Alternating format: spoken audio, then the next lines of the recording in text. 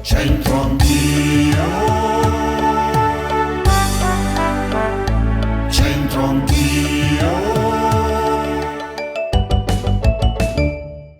Bentrovati quindi ad un nuovo appuntamento con Centro Anch'io speciale C'era una volta. Stiamo proprio bene qui al Museo della Civiltà Contadina di Mairano, vero Federica? Mairano, ciao! bellissimo! Bentrovati! Allora, siamo pronti per raccontarvi nuovi utensili, arnesi, attrezzi, oggetti legati alla civiltà contadina. Partiamo con il trinciaforaggio, che c'è un termine dialettale, no, trinciaforaggio, che si capisce insomma, cioè si capisce già pensando al nome, trincia, sminuzza il foraggio delle bestie. Esattamente. Così funzionava. Vedete una macchinetta particolare, la vedete nelle immagini. Sì, gli animali si nutrivano, i bovini si nutrivano di erba, Certo. erba, sema e di boccobuno. Mangia un po' che capita.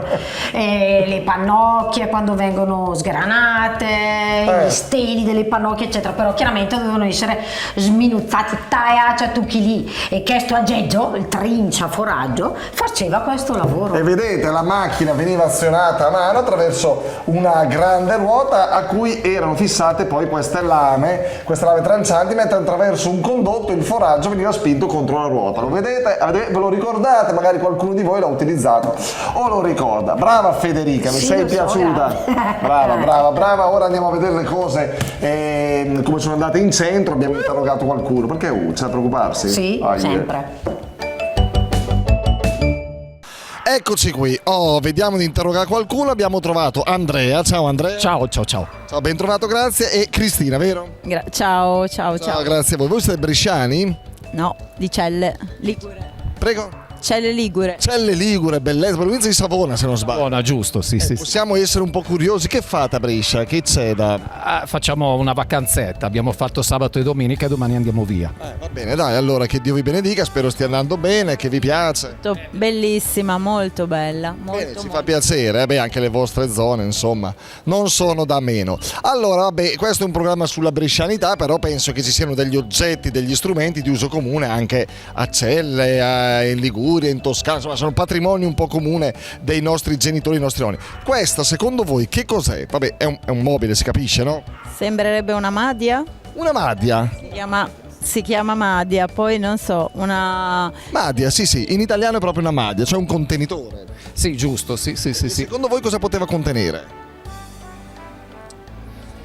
Prego? Stoviglie, poi non so, tovaglie. In realtà questa, conteneva la farina, come si diceva, farinero o nedro?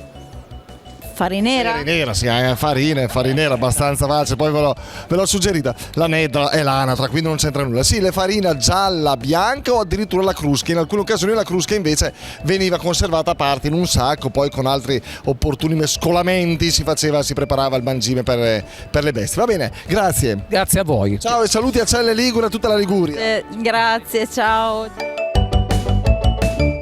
L'hai visto? La coppia di Celle Ligure? Se io parlo cosa l'era là? Farinera, probabilmente lo utilizzavano pure da quelle parti. Certo. Poi fa piacere trovare anche nella nostra città qualcuno che della nostra città non è, insomma, viene magari a fare Brescia è un'escursione, bellissima, vengono a vederla, no? una gitarella. Va bene, invece riconoscete questo arnese, sì, questa macchina particolare. Questa è la macchina per tridare le foglie. E uno dice, perché bisogna sminuzzare le foglie?